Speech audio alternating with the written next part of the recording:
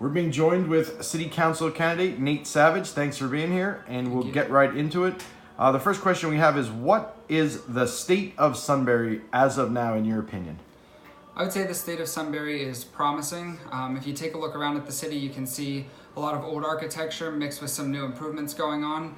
We are located right along the beautiful Susquehanna River. I think that the city overall, the status of it is promising. I think that we are surrounded by public schools, technical schools, universities. I think that they provide us lifelines to trained and adequately prepared employees, and it's basically like a tap line where we can get people into the type of jobs that we have available around here. As I said, our city's gorgeous, and I always go back to this point where I lived in the south of France for a few months, and this is the place where I choose to come back to. I was actually offered a job, and the beauty and the family connections to Sunbury, along with some friendships that I've had here, have always kept me in this gorgeous city, and I hope to make it better. The second question we have is the police officer shortage that's going on right now currently in the city. I know the city is obviously trying to hire as many as possible. What's your take on the whole police department situation? So I'm a big supporter of the mayor and council's approach to it right now. I think that the staggered approach of hiring was a very wise move. It allowed us to look at realistic budget constraints that we have. And it gives us time to give the police officers to take their testing, to get them through the interview process and get them into the city the right way. I think that it's important that we do continue on the mayor's work to fully staff the police department, but we also don't want to rush and make a decision or get people who are maybe unqualified or not the best candidate that we could have into the department. The third question we have is the police station building that everyone is talking about and currently looking at all over town. What's your take on that, and what would you do if elected to council?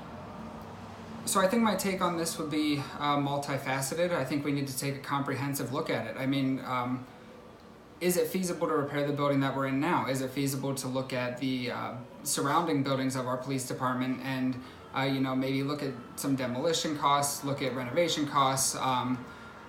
I would tell you my inclination now, without looking at numbers in front of me, would be to buy a new building that's pretty much ready to go, get the police in there so that they're prepared and they can start doing their job better and just start protecting the city. The next question we have is the downtown here in Sunbury. Obviously, there's been a lot of talk that businesses come and go. It's not a very vibrant downtown as of right now, but I know there's a lot of plans. What would you do if elected to council for the downtown Sunbury? I think downtown Sunbury has a lot to offer, and the quickest answer for that is facade upgrades. I mean, you can see the work through the Business and Economic Committee of SRI. They just did a couple grants, small business awards rather, where there were some sign improvements going up. There are options to paint the buildings, but I think when you look at improvement of the city, you have to look at a comprehensive view of the entire city. So revitalizing uptown is just as important as revitalizing downtown. And I think how we go about doing that is we provide stable tax rates, we keep our city stable, we keep our council on good terms with the mayor, we keep everybody kind of working together. And not only at the city level, I mean, that goes up to the commissioners, the state reps, the federal reps, and you provide stability, and then you have businesses and industries that will want to move into the area because they see a stable picture and a stable place for them to come. And the last question we have is, why should voters elect you to city council? I would say, I'm very straightforward. I'm very blunt. I'm accessible. I'll honestly say right now, if you want to know anything, you have a personal question, you can find me on Facebook. You can find me through email. It's very simple. It's nathansavage@gmail.com. I'll answer those things personally. But basically, I have a vision for where the city should go. But I don't want to take for granted what the city already has.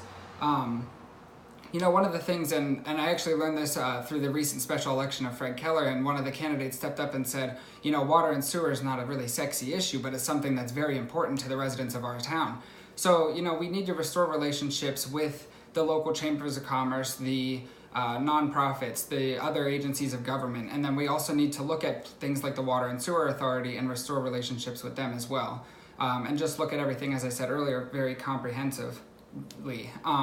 The other thing I'd like to do is attract youth and new families. I mean, we're nothing if we have people that are moving in and then moving right out. And the family aspect is very important to get young people here buying houses, investing in the economy, and going to our businesses and just keeping money in the local area. Thanks for joining us. Thank you.